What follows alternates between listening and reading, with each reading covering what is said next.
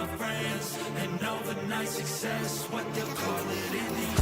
I got this hunger inside of me, violently scratching and clawing. The scars multiplying, I need something more in this life. It ain't finding me, fuck it, I'm done being silent. You see, I need purpose, a reason to think that it's all fucking worth it. A reason to wake up and live in this circus. A reason to fight all my visceral urges. Growing up, never felt like I fit in. I still don't, but it's better when I get wins. On stage, looking out at my best friends. We gon' get real loud till the night ends. I get pissed that I still don't have a top 10. It's a fucking boys club at the top then. Like a frat kid haze just to get in. I ain't doing that shit, I don't pretend.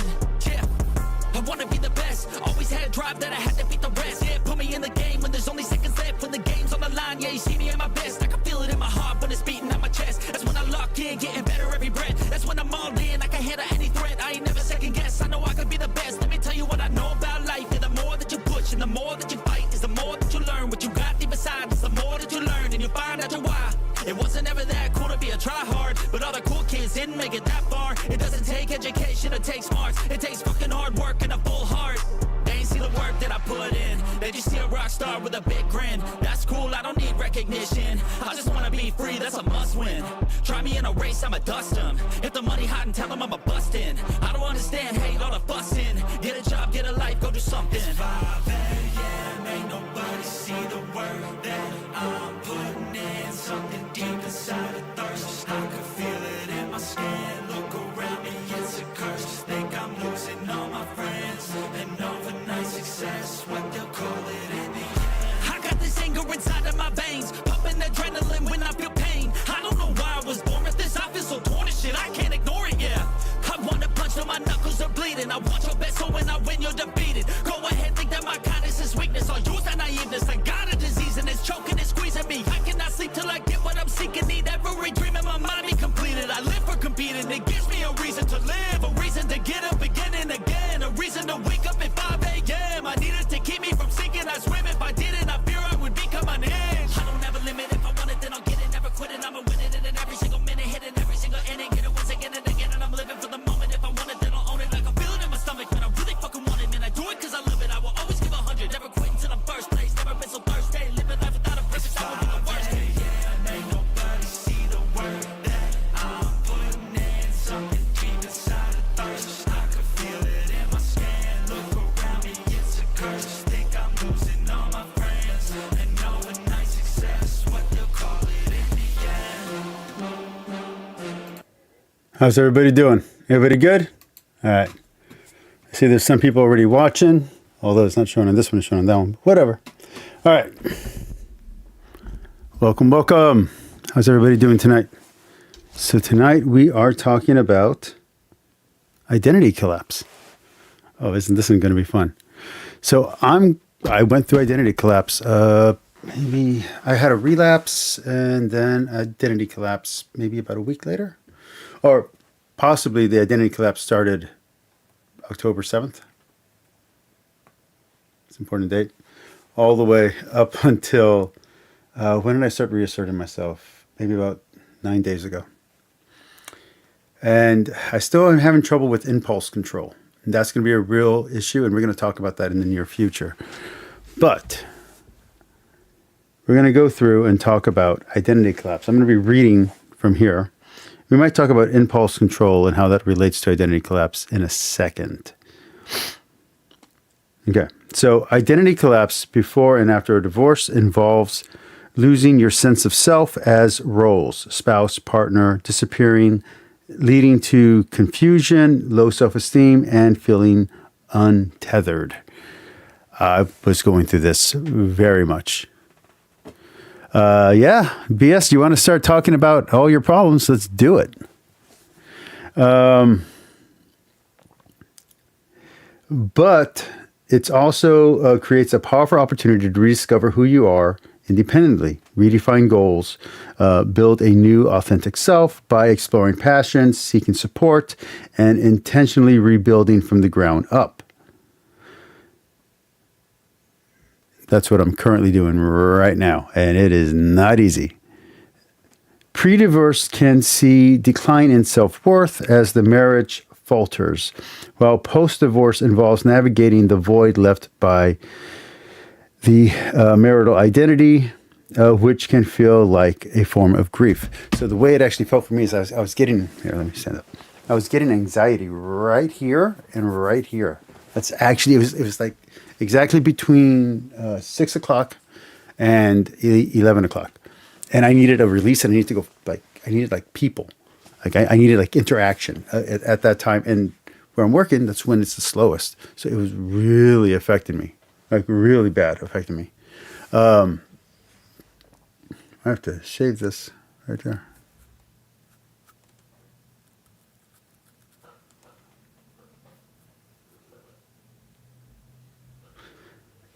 Anyway, so while that was going on, I kind of regressed to different personalities, different versions of me. At first the 35-year-old me, then the 25-year-old me, then the 18-year-old me, and at one point I was like all the way back to like 15-year-old me. It's crazy. Marcus, ask away, dude. Open forum, ask. So, role erosion. As the marriage ends, the role of spouse or partner fades, causing confusion about your primary identity, especially if you've been defined by the relationship. And that is what I've been defined as. I've been defined as her partner, and being a salesperson or anything else, or a pawn person or a pawnbroker, or someone who plays the stock market, all that got related into her identity, not into my personal identity. And that was a big mistake.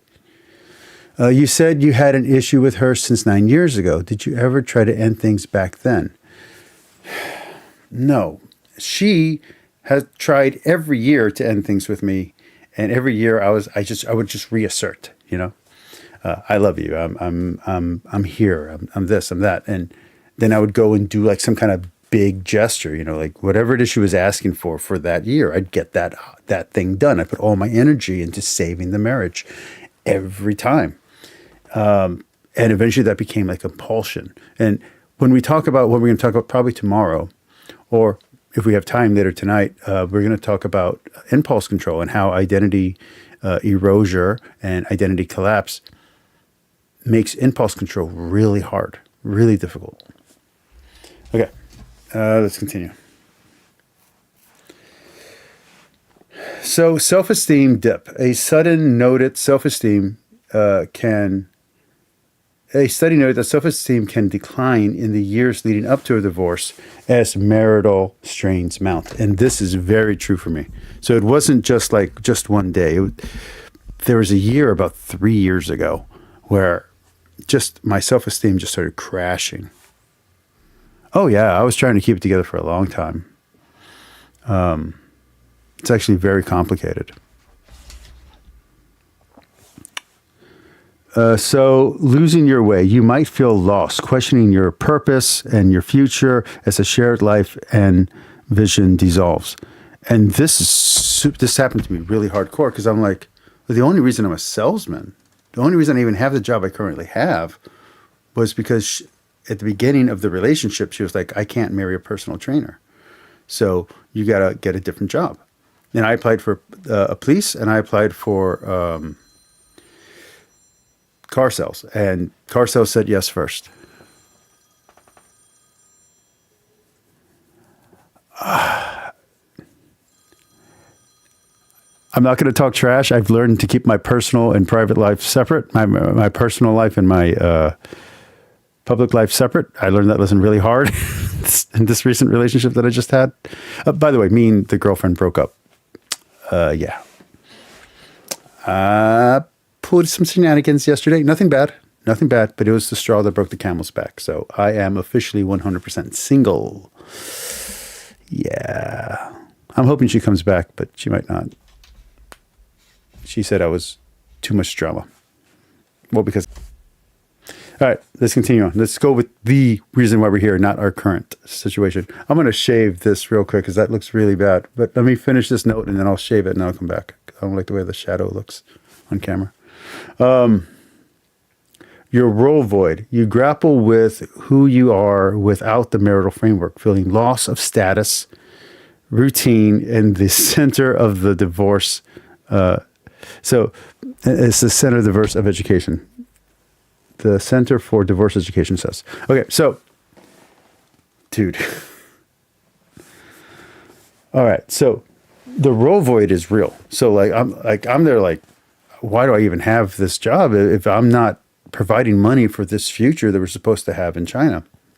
What's the point of any of this? What's the point of all this money that I saved up? I've saved up a ton of money that I could have been having fun with. I could have been out going to drinks. I've been going to bars, going having fun. So I just started spending like crazy. And then it was like, well, who am I? Am I this version of me? Am I that version of me? Which version is the authentic me? You know, the version right before I got married to her, because that version was a version I liked. But I slipped right past that guy, because that guy was all about action and like working out and fighting. And I slipped right back into club mode. And I just, every club, every bar from a city called Mission all the way to a city called Harlingen, every bar I'd hit every night. And actually last night I went to one of those bars and it was empty. And I had a conversation with someone I shouldn't have had a conversation with. Nothing happened, thank God. But I then told the girlfriend, yeah, we talked. And that was a mistake. Just self-destructing, man. Just self-destruction. And it's about the impulse control. The impulse control just goes away when your identity collapses. Again, we'll talk about that in a little bit. Again, nothing happened. That's the good thing. So I do have some impulse control, just not at the level that I had 2 months ago or 4 months ago. When was October? 2 months ago. All right. Rebuilding and rediscovering. The collapse is a chance to rebuild from authenticity, exploring forgotten hobbies. I went back into journalism. For those that don't know, I was a journalist, a struggling journalist, but a journalist before I married my wife. And I then did some writing stuff, NaNoWriMo stuff like that while I was married. It's kind of like a way to like put all those writing urges somewhere. I finished like 3 books or 4 books that I've read in total, 2 short novels, 2 long novels that I'm now going to try to get published. I don't know how I'm going to do that yet, but I'm going to try to do it. Not just self-publishing. I'm going to send to like a legitimate publisher, see if I can get like some income coming in. You know what I mean? But I reverted back to the role of journalist because that's who I was before I knew her. You'd think I would go back into like martial artist or personal trainer. No, I went into journalist mode. And I started writing articles. I had several articles written. They are going to be published. I am going to put them on my Substack, so look out for that. Yeah.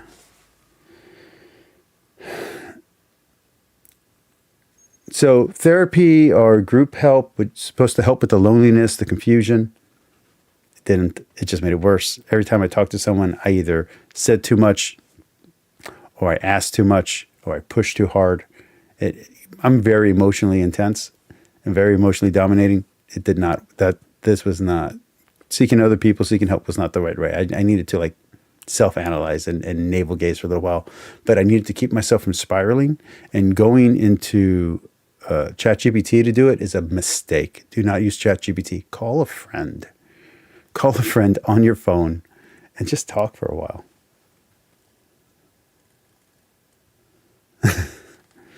Thank you, VS. Okay. Rediscover passions with old hobbies. Okay, I did that one. Focus on, okay. So reconnect with old hobbies, find new ones that bring you joy. I found strip clubs. That was fun. After hour clubs. I am not giving up on after hour clubs. I am going to eventually get the club scene down right, and I'm going to learn how to drink again with control. I just don't have that right now, so I can't do it right now. So I'm not going to go to any clubs currently because alcohol has been fueling my anxiety and been fueling my talking too much and my slipping too much. Because I already have a persona here with you all where I can talk and analyze and do all that. And basically just bringing that persona into, because basically when the click happened, when the new balance happened, complete integration. So all my personas became one person. That wasn't actually good because all the barriers, all the levees, all the barriers are gone. I used to have dams to keep all the stuff back and buried. Now I need to develop gates. Now I need to develop levies and levers, and I don't have that. I don't have that process yet at all. So me going out and drinking or me going out and hanging out with someone, there's nothing to hold me back. There's no impulse control to keep me from doing certain things. So I just shouldn't go out. Don't get me wrong. My ethics are completely fine. Thank God. I mean that. Thank you, Lord. My ethics are fine. So I'm not crossing certain boundaries. I'm not, I'm drinking too much. I'm talking a little bit too much shit. I'm giving into like base urges from like my teenage years and from my college years. It wasn't working. So hence I'm getting back into YouTube because this was a good outlet for me back when it was suppression that was controlling my urges. And this was there was an outlet for that. So we're gonna keep with that, but without the suppression. Okay. Focus on self-care. Prioritize sleep. Sleep went right out the window. I have not slept for days and for days at a time. There's a person involved in this situation who's kind of mirroring everything that I'm going through, and their anxiety was kind of clicking up too. I don't know what that's about, but yeah. Focus on sleep, nutrition. My nutrition actually pretty good. I started eating better. I lost a lot of weight. And then relaxation to build resilience. I wasn't doing that, especially with my work schedule. It was kind of impossible, even with a modified schedule so I could watch my dad in the morning. No, it wasn't working. I didn't have enough time to actually do any self-care. So I still got to find a schedule that's going to work for me. I just do. I need to be working between 8 and 8 or 7 or 8 or 8 and 8. I can't be working till like 10 o'clock. I can't be out till like 11:30 because I have to go eat dinner. Like this, that's just not working. It's really not. Especially with my father's condition.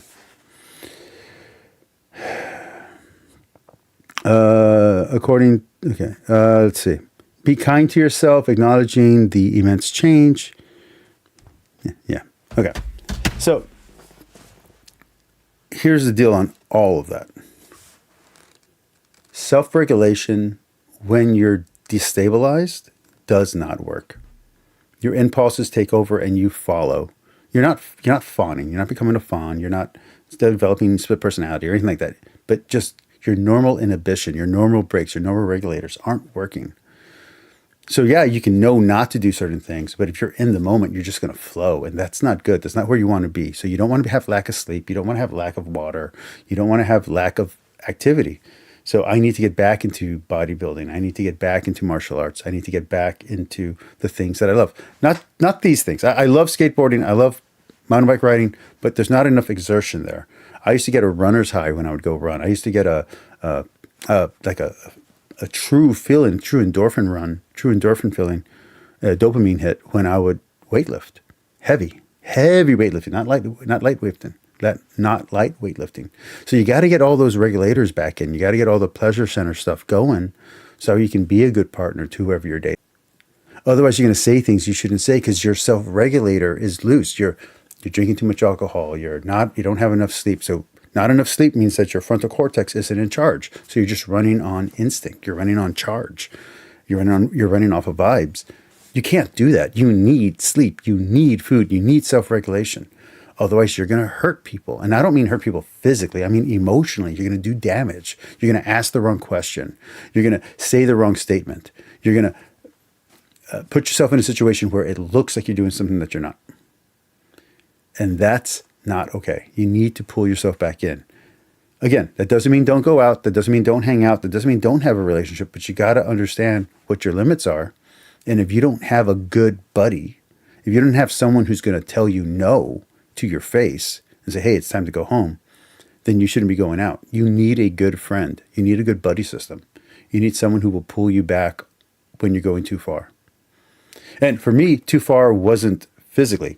To me, it was texting because I'm very verbal. So I would just do these blocks of text, and I would say stupid things in the text. And then I started saying stupid things. I said stupid things to my ex-wife. I said stupid things to the person I was dating. It just wasn't working. So I asked for a few days off to regulate myself, fix myself. Now, unfortunately, according to the data, It takes anywhere from 18 days to 18 months to fix all this stuff. And you need time. And my work schedule is not going to give me time to do so. But I'm going to take this time to fix what I can.